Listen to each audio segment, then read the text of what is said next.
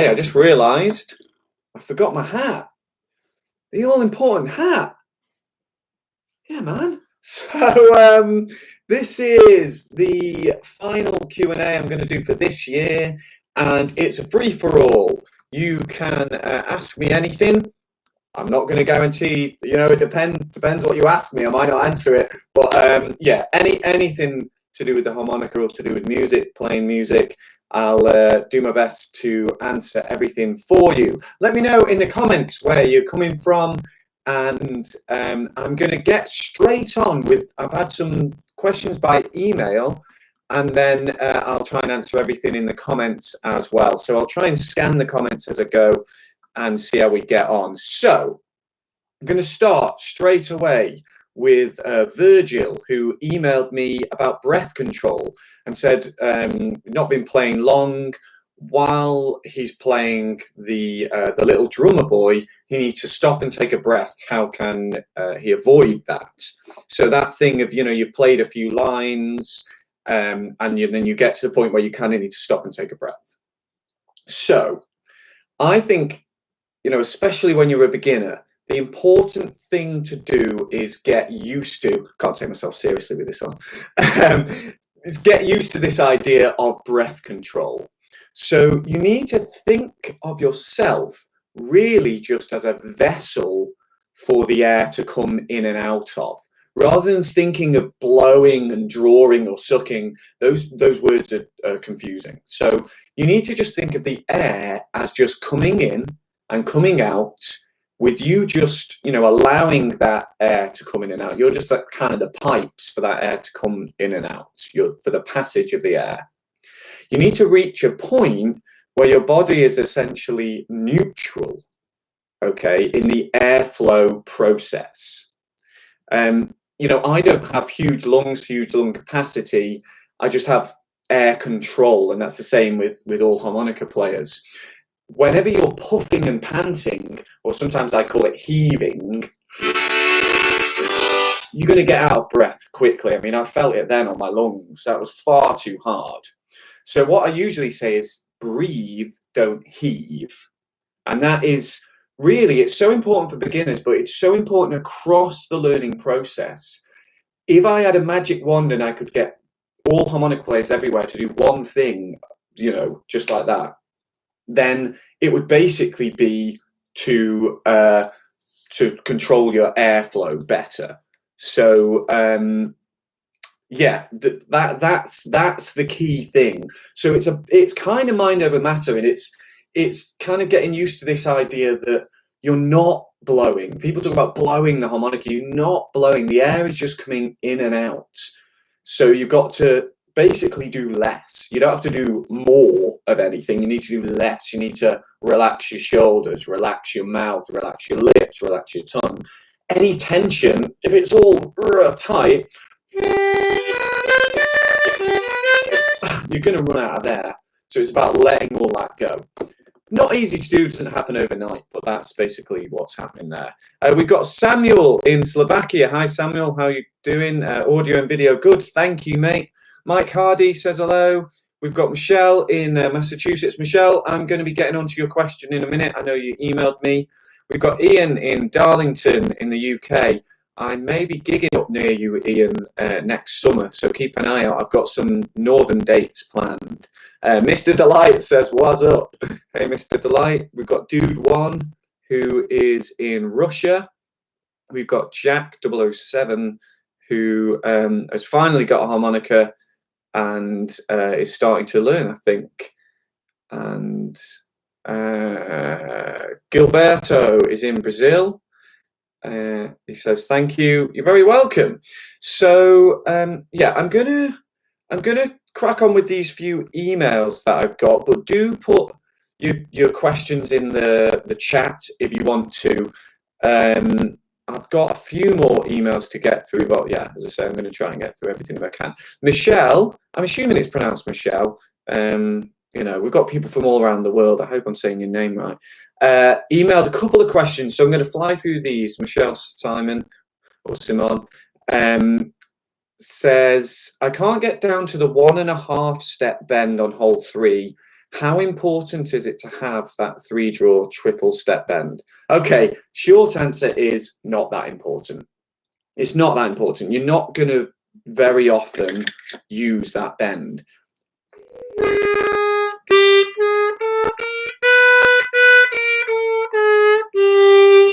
It's the equivalent of the 6-draw bend.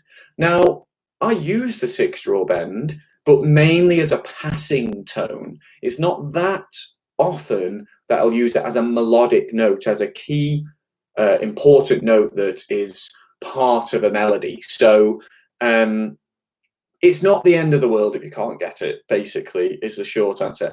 If you want to play more complex melodic stuff, basically expanding the instrument to becoming a chromatic instrument through more complex jazz, classical, or whatever, then that note is going to come up. But yeah, basically, it's one of the lesser used notes on the harmonica. And then your second question, Michelle, which I think is a really interesting one, is about soloing on non-blues songs or songs where you don't know the chord progression. Are there any hard and fast rules for that? So say you're playing pop, country, that sort of thing. I saw this email in my inbox earlier in the week and I thought that's a really interesting one. I think that it's really great to learn both the melody of the song and the bass line. So listen out for the bass line. That's a couple of things you can do straight away that will help you to follow the song and play things properly.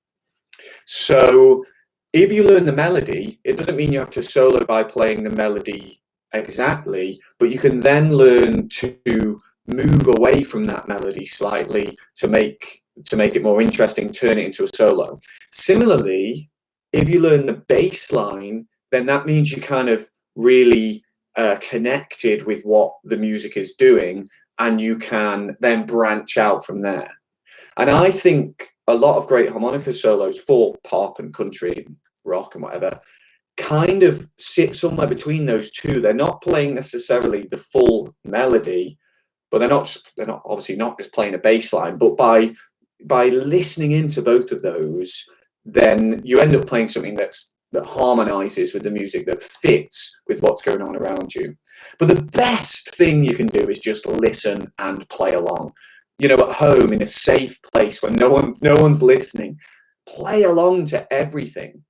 Where the point in my life when I was kind of best at this was, I think in my early 20s, I was living in Canada, and I was just out every night playing with other musicians, different musicians, great musicians, and that kind of forcing yourself to listen and pick things up is priceless. So just listen and play along, and you will improve your ear, your kind of harmonizing ear will improve. Who else have we got? We have got Ian says, yes, please come to Darling Blues Festival. Get me a gig, Ian, and I'll be there. So we've got Nicola Tamburino in Italy, Elena, I think it is, in Serbia.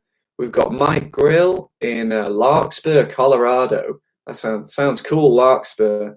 And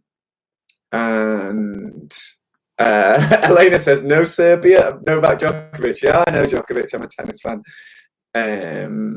Wade is in the UK on the south coast. So Wade, you're asking, you find you're snorting on the 2-hole draw double bend. You can't seem to regularly hit it without having to draw hard and snort. I had an email that was about bending as well. So let me see if I can find that one. Of course I can't now. Yeah, the 2-draw, every bend, and this goes back to that idea of the full step bend on 3. Every bend is qualitatively different, and every key of harmonica is qualitatively different. So the sad truth is we have to get used to kind of lots of different ways of bending. So what I mean by that is the basic technique is the same. By the way, I have a full course on bending. You can get that by taking a free trial of my harmonica school. There's a link in the description. the basic technique remains the same, but the exact positioning, the exact shape varies depending on how low or high the hole is and how low or high the harmonica is. So there's lots of nuance involved, and the trick is to try whispering it. So you don't have to, you know, you can, you realize by trying to whisper that the technique itself, or what's doing the work, is the position, the shape of the tongue, the shape of the mouth, not the force. You don't have to force the air in. Dan, bit of a random one. This Dan emailed me about Zoom calls. So he was saying some notes, usually the higher ones, cut out or sound like they're squeaking when you're playing harmonica in a Zoom meeting. Okay. Now, first off, Dan, I don't know if you should be playing harmonica whilst you're having an important business meeting. No, I'm assuming that you've got a reason to be playing it. You've said it doesn't happen on FaceTime or Facebook Messenger. Okay, so what you've got to do here is enable original sound on Zoom. So before you join a meeting on Zoom, you can go into settings, and you can then go into audio, and then put click to kind of check the box, tick the box for show in meeting option to enable original sound. And then when you join a meeting, you'll have the option in the settings to turn on your original sound. So what that means is it doesn't suppress any noise. It doesn't block out background noise. It doesn't do high pass filtering, and it doesn't do any gain control. So I think basically Zoom is great at audio, but the thing with harmonica is sometimes Zoom, you know, deems it an unwanted sound. A lot of people deem harmonica an unwanted sound. So if you're playing an F harmonica, wiggling away on those high notes, it's more likely on Zoom that it'll cut it out than other platforms, just because it's kind of got better audio settings. So you've got to override that by saying, give me the original audio. Okay, who else do we have in the comments? Who have I missed? We have got Julian in Colombia. We've got Patrick. We have, Patrick's in Arizona in the US. So next question is from Tony Stevens, who emailed me and said he has difficulty following tabs, for example, the C major scale. He says, I might get it right once and then get it wrong 5 or 6 times. I use my ears rather than thinking of the hole that I'm on. Okay, so the first thing here is that most musicians, other instruments, you know, people learning other instruments, spend a heck of a lot of time getting good at playing the absolute basics, playing the C major scale, you know.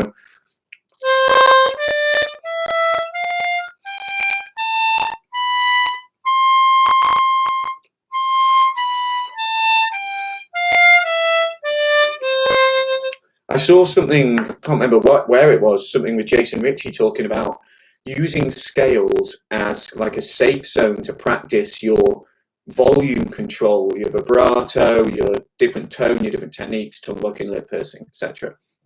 Other instruments, people do this a lot. On harmonica, we tend to straight away start learning songs. Now, what then happens is we don't have the accuracy that other instrument players or the musicians have. So I think it's essential to slow down, get really comfortable with the basics before moving on. So music education has been totally revolutionized with the YouTube generation. It's been democratized and demystified, and that's great. But it does mean it's hard to focus. There's hundreds of thousands. I mean, my YouTube channel has, I think, 550 videos. You know, there's so much to learn that it can be difficult to then focus. So I think probably, Tony, you're probably rushing ahead because really the bare basics of what a beginner should be able to do include playing finding the holes really easily. Now, it's not a problem that you don't like tabs, because it's actually great that you're using these things, that you're using your ear to hear things. You don't have to follow a tab. If you can hear it and hear it's right or wrong, that's absolutely fine. But it's about slowing down, focusing, having that humility to say, I might be able to play some fast, interesting songs, but the important work is to play these very basic things first. I mentioned I'm doing a free 30-day trial of my harmonica school at the minute. Now, that includes step-by-step courses. There's lessons for all levels. There's all sorts of different stuff on there on bending, tongue blocking. There's beginner, intermediate, advanced stuff. There's 45, I think, and counting, classic blues songs to study, but they're all step-by-step, so you can't go too fast and miss the important details. So if you want to take a free trial, then check the link in the description beneath the video.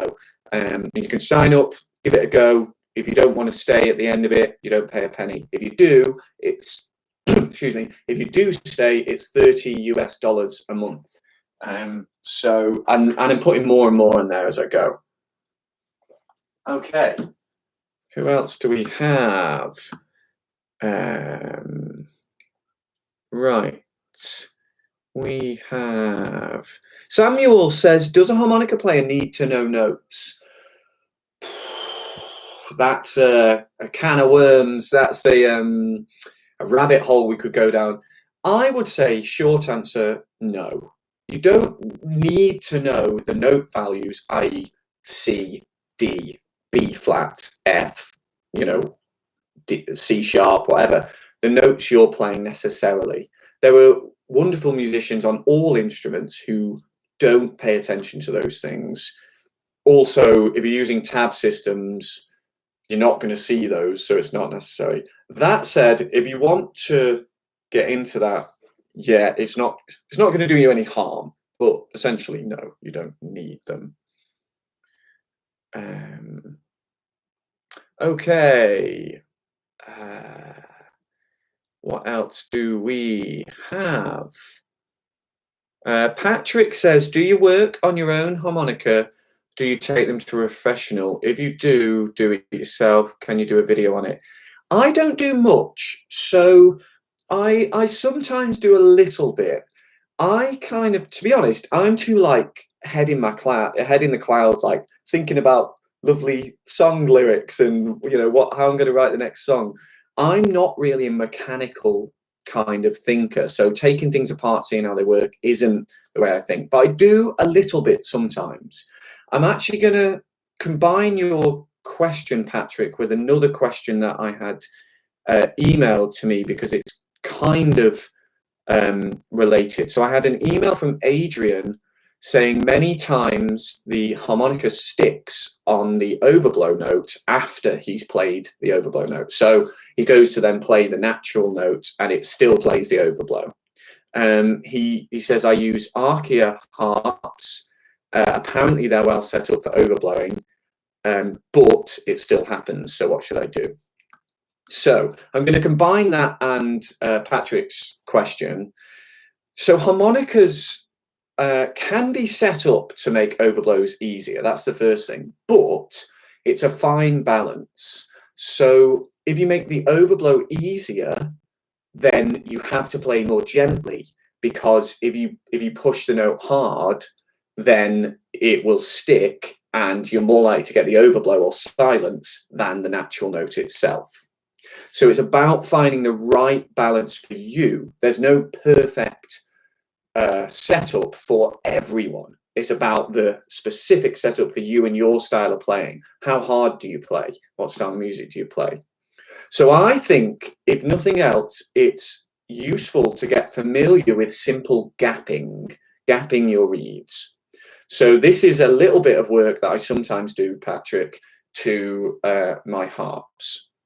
So I've actually taken the cover plates off this Golden Melody just to show you. So if you don't know what gapping is, if you see the reeds here on the harmonica, you can especially see, this one's massive, on hole 3 here, the gap between the end of the reed and the reed plate itself, you can see it looks like a, you know, dark abyss, a black hole underneath the reed. That gap we can adjust. So if I kind of, I'm just taking a toothpick here, if I push this reed at the free end, sorry, it's not focusing very well on the harp here. If I do that, I could eventually close up that gap. This is called gapping. Now, the closer you get the reed to the reed plate, the easier the overblow will play. But it means that if you go really close, sometimes the natural note won't even play at all. And it's that balance that you need to find. Now, harmonicas that are supposedly, I don't know these are Archaea or Archaea, I've never played one, but harps that are supposedly set up well for overblows tend to be gapped quite close. But sometimes they're too close for you, you and your personal style. So it's about, I mean, all you need is something that you can kind of change, just kind of gently caress that reed with. And you can very quickly change how sensitive the harp is to your breath, and therefore how, quickly it will overblow as opposed to play the natural note.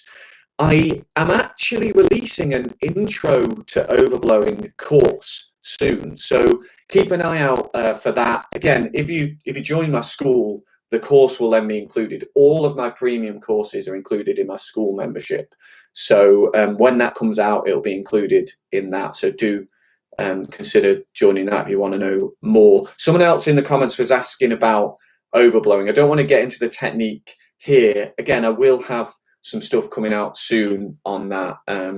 But Patrick, in answer to your question, I think it was Patrick, wasn't it? I sometimes do a bit of gapping, but anything, and I clean them. I take them apart and clean them. I don't do much more than that. I think that it's not the way I think. Other people do it better. Other people do it like full time. That's their thing, is they're a customizer, not a player. There's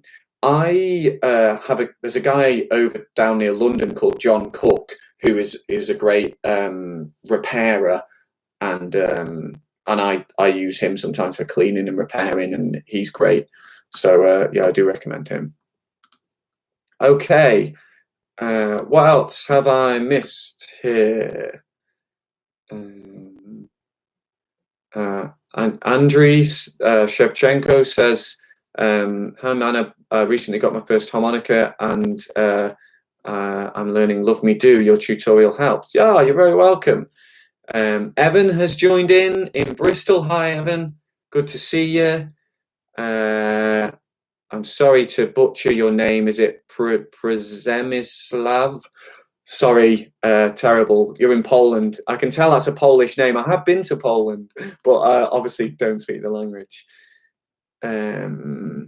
Martin Tezak says, what do you think, which harmonica do you think is better, crossover or blues harp? I don't think there's much in it. To be honest, I found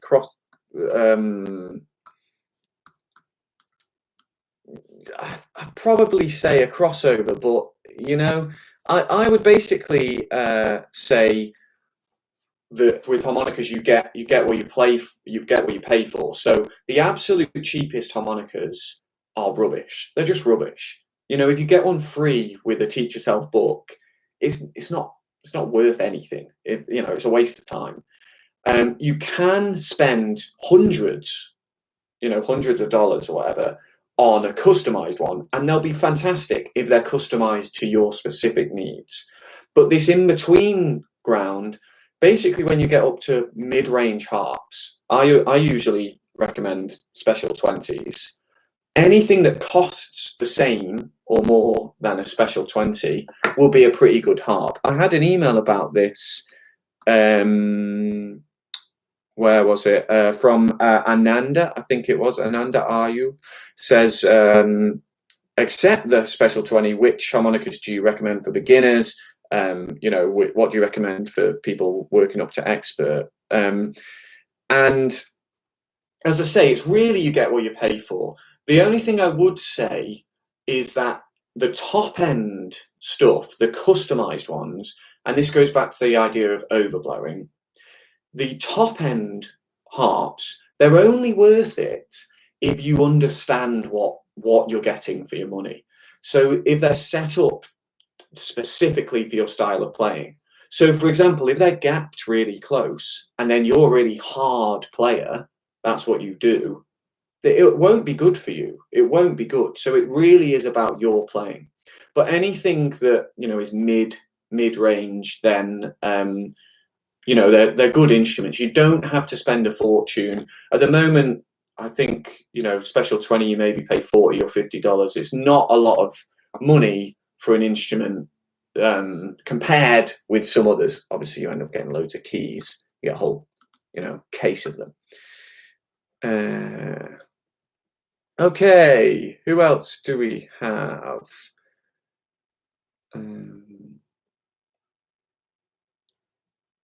So we have, not sure your name, we have Jinmeister, is it? In Estonia, cool. Learning jingle bells, nice.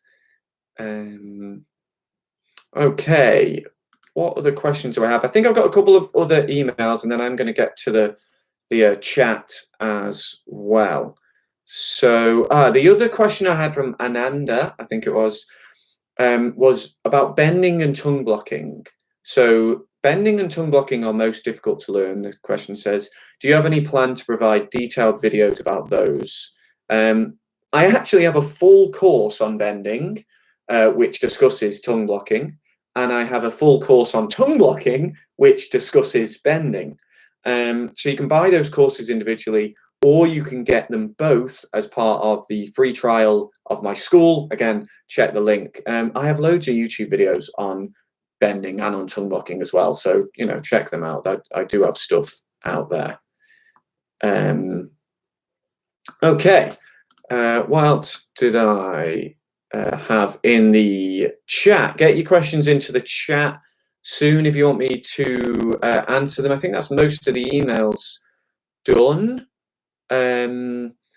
Okay, I've got a question. How long is normal to practice every day? Because my mouth gets tired after like 20 minutes. Yeah, it's all about quality over quantity. Your practice should be quality practice. So it needs to be deliberate. It needs to be focused.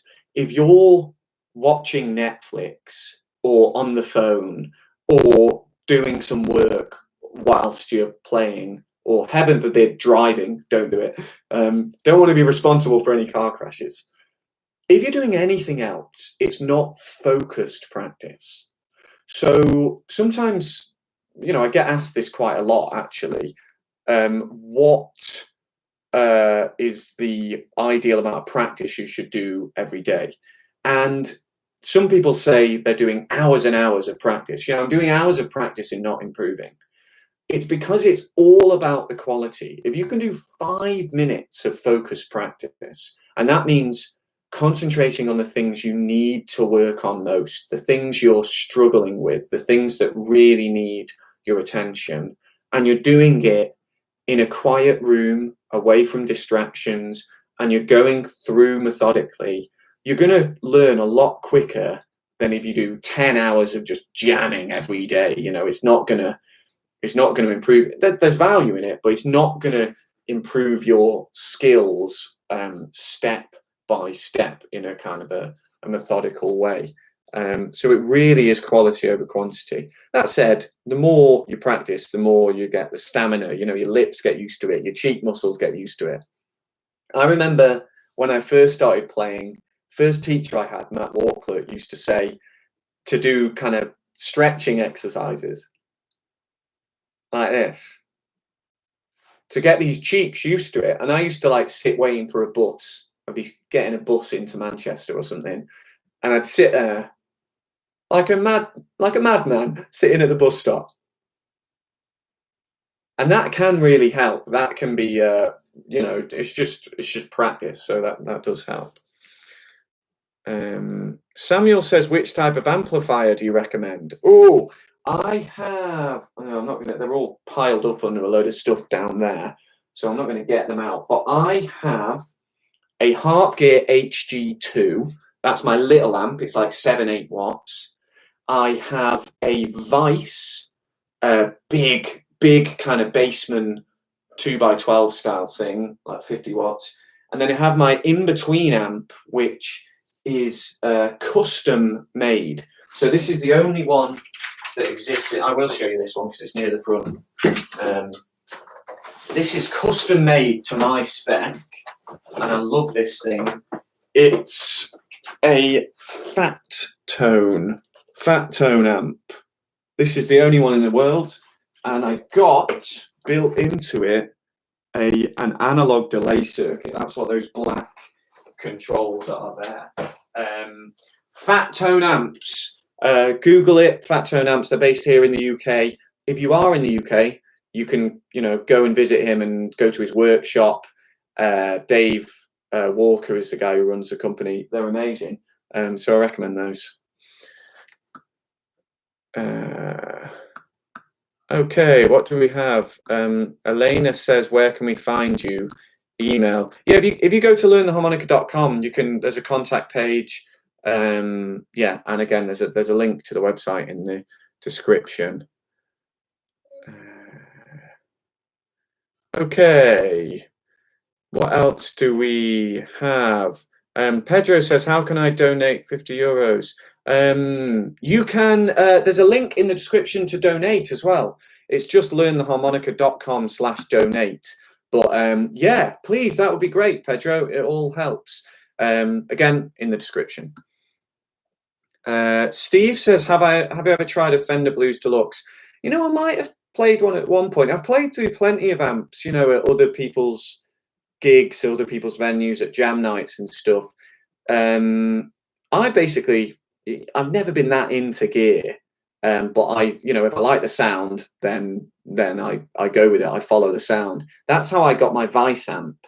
Was I heard someone using one, and I used basically the same type of amp at a festival I was playing in London, and I said, "What's that?" and then went out and found it. What else do we have? Someone, I think I missed the email. I got an email saying, basically, should I learn chromatic as well as diatonic? And I just want to explain the difference. So I'm mainly a diatonic player. I'm pretty much a diatonic player. I sometimes risk playing the chromatic a little bit, but basically it's horses for courses. So what I mean by that is they do different things well. They have different strengths and different weaknesses. So the diatonic here, if you want that rich bending sound, if you want the kind of textures that come with double stops and that kind of thing, and if you want to play blues, pop, rock, country music, most of the stuff you'll hear used in those styles will be diatonic. So if you want to emulate that sound, then you'd probably want to play diatonic. Chromatic here, this is a CX12, but you'll also see kind of the traditional Harmonica kind of style. But basically, got the button on the end. It has different strengths. It's got a different tone. And it's more often used for jazz, for classical stuff, for music that's more complex. So what you get with the chromatic is the button on the end gives you all your sharps and flats.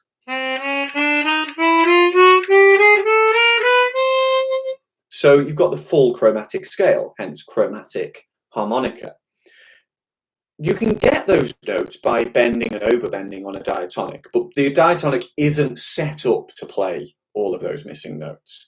So this has a kind of a cleaner sound to it. It's quite, it's kind of a nice sound, but it's certainly different. They're kind of musical siblings or musical cousins or something, you can't get the same bending sounds on it. It is possible to bend notes on a chromatic, but you can't get the same sounds, and it's never going to sound, a chromatic, really the same as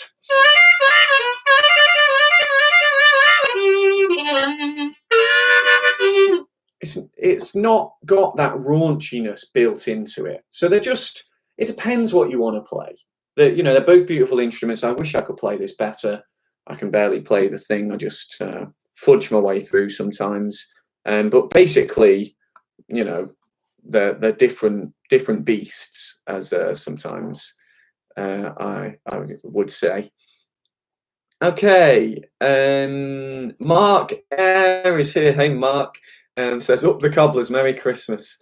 See you on the 8th. Yeah, if anyone out there, is in the UK and wants to come to a live album recording with my jug band, I am doing a live album on the January the 8th.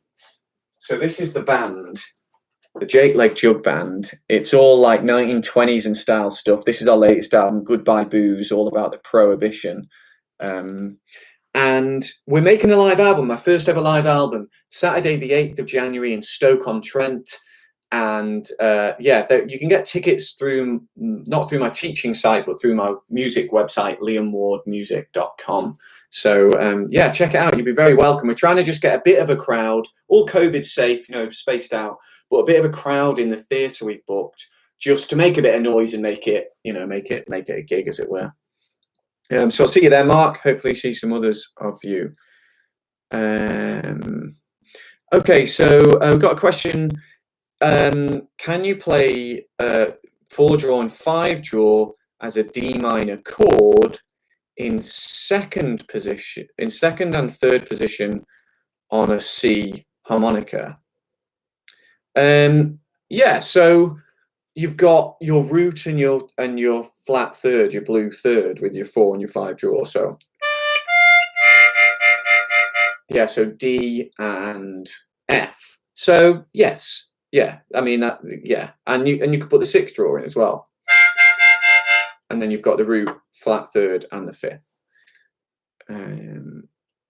Is it Marley 101 says, how long have you been playing, and what other instruments do you play? How long? Well, I'm 33 now. I started when I was 18, so I suppose 15 years. When I'm not playing harmonica, I mainly play the jug. So in the jug band aforementioned, it's kind of like the bass notes. So you kind of blow across and into the instrument, all that kind of stuff. I recently bought a trumpet. As you can see, I've got a guitar. That was my uncle's old guitar. Travelled all around as a busker and a roadie all around Europe with that. I can't really play the thing. Every time I try, I never get to the point of getting the calluses on my hand, and then I'm just like, there's always more practice to do on the harmonica. I'm just going to go back and do that. I started out as a drummer. I wasn't a very good drummer, and they're not very portable, are they? So I went the complete opposite side with the harmonica. And I'm partial to the cazombone. But yeah, basically I don't play any real instruments. I sing because I have to sing. I don't sing because I'm a singer. That's basically it. I'm going to try and keep making a career out of music for the rest of my life without ever learning anything proper, basically. I think that's all the questions that I can see in the chat. I'm going to check my emails just to see if I missed any other emails. One last chance if you want to put any questions in the chat, and I will get onto those before we finish. So just going to check my emails on the fly, see if I've missed anything. I think I've managed to get most of it. Okay. So Duende402 says, should you try to match the harmonica key to your singing voice? I don't know if I understand the question. Can you explain the question a bit more? Because I'm not sure I get it. But I mean, obviously, if you're singing in a band, you've got to get the song in the right key for you to sing in, so that the harmonica would have to match it. I'm not sure what you mean. I mean, the exact notes you're playing on the instrument don't have to be the exact notes you're singing. I'll maybe come back to that if you clarify the question. I'm not sure I get it, to be honest. Mark says, when I try hand while I get cramp in my hand that holds the harp. Yeah, so I mean, you shouldn't be like so tense that like I'm kind of really gripping here. You know, that's gonna wreck me. It's more about kind of the shape.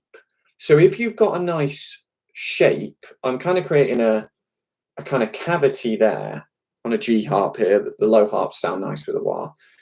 Cavity there, and then this is going to come in and try and kind of plug any remaining gaps.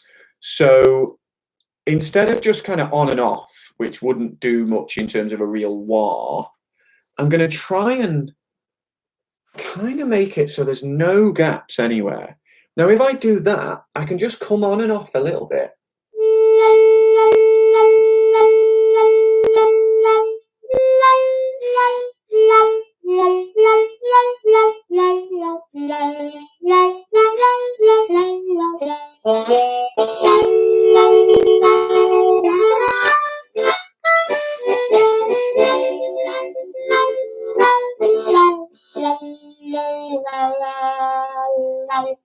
And I'm not actually using, like, I'm not that tight. I'm not that tense. There is a bit of tension, like I'm kind of grip and then release, but it's not like, ugh.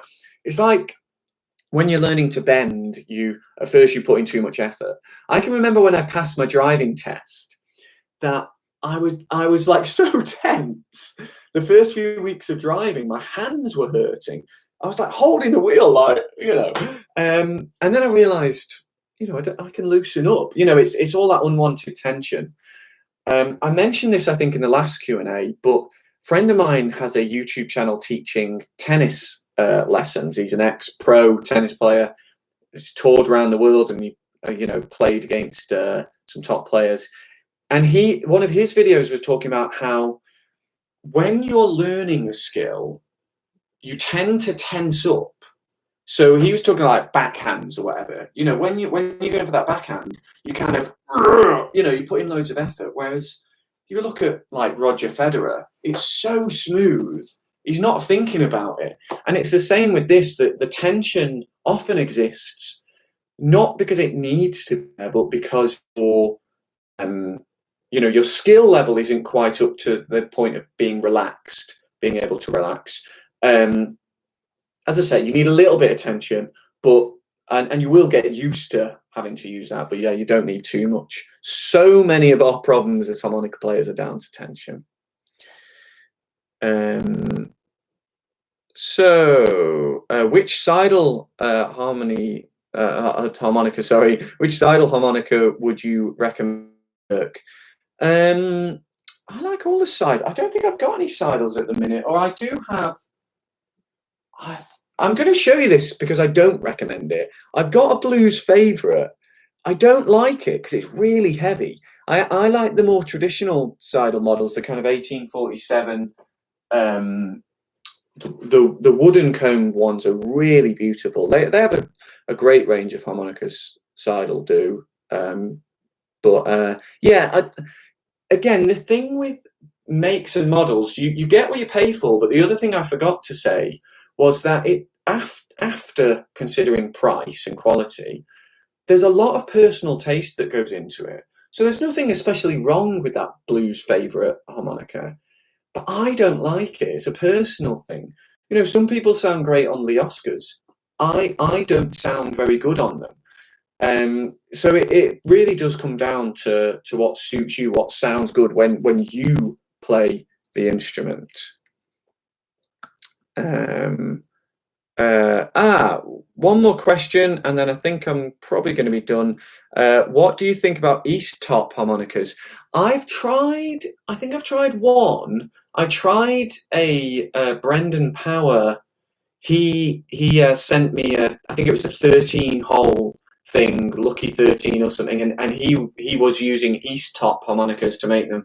It played great, actually, I have to say. Now, traditionally, the best harmonicas were made in Germany. So that's Seidel and Hohner to begin with. These days, the harmonicas produced elsewhere, there's a lot made in Asia now, China and Japan. They're getting better and better, and it's not the same situation it was where anything outside of Germany is crap, and sometimes the stuff from Germany is crap. So, it's not kind of as black and white as it was. But I encourage you to try them. Try as many as you can. There's no right or wrong with this stuff. You've got to find what's right for you. Okay, I've seen one more question, but this is actually going to be the last question. Otherwise, I'm going to keep going forever. So Ronzo101 says, are overblows really necessary for playing good custom music? You don't need to overblow. You certainly don't need to overblow to play any type of music within reason. Like if you're learning to play a concerto, and there are notes in there that you can't get, then you might need to overblow to get them. But most popular styles of music, there are blues players who don't overblow, loads of them. There are pop, rock, country players who don't overblow. All of those popular styles can be played without overblowing. All that overblows do is give you the rest of the missing notes. So the instrument naturally has some notes, but some notes are missing. It's like a broken keyboard. Imagine you've got a piano where some of the notes just aren't there. Bending, both draw bending and blow bending, fills in some of those notes. And then overbending, so overblowing and overdrawing, fills in the rest of those notes. So that in theory, you can play the diatonic instrument chromatically. So I don't know if this is going to, because I haven't set it up, but I'm just going to try. So that's using overblows and bends in the middle of the harp to play the full chromatic scale. It's just extra notes. There's a lot of mystique. There's a lot of smoke and mirrors. Well, there was. It's getting less like this around overblowing. Essentially, it's just giving you extra notes, which can be useful, but only when used properly in the right context. As I say, I'm going to have a new course, a kind of introduction to overblows, how to do them, how to set up your harmonica to play them better, and how to use them, the basics of using them in your playing. That's going to come out hopefully early 2022. It's currently in editing, so I'm waiting for that to be finished and then release it. That course, as well as all my other courses, all my blues courses, blues for beginners, blues for intermediates, blues solos and licks, song studies. I've got a complete beginners course, all styles, in intermediate course, positions and modes, bending. I can't remember what else I've got. I've got a kids course. All of that is included in my school membership, and I'm doing a free trial for 30 days, no obligation at the moment. So if you want to get hold of that, then check the link in the description. There's a link saying free 30-day trial. You can check it out and see if it's for you. There's all details and frequently asked questions on the sign-up page. I think that's me done for today. Thank you so much, everyone, for coming along. I'm sad that it's the end of the year and the end of these Q&As for now, but I'm also kind of glad the year's over. It's been a bit of a grim one, hasn't it? Let's hope, touch wood, touching my wood desk here, that next year is a little bit better. Until then, I wish you happy holidays. I hope if you're celebrating Christmas, I hope you get some nice new harmonicas or equipment for Christmas. And I will see you soon for some more YouTube lessons. I've got some really cool stuff, I think, planned for the Christmas holidays. Until then, hopefully see you in the school soon if you fancy signing up. And yeah, enjoy your playing. I will see you very soon for another one.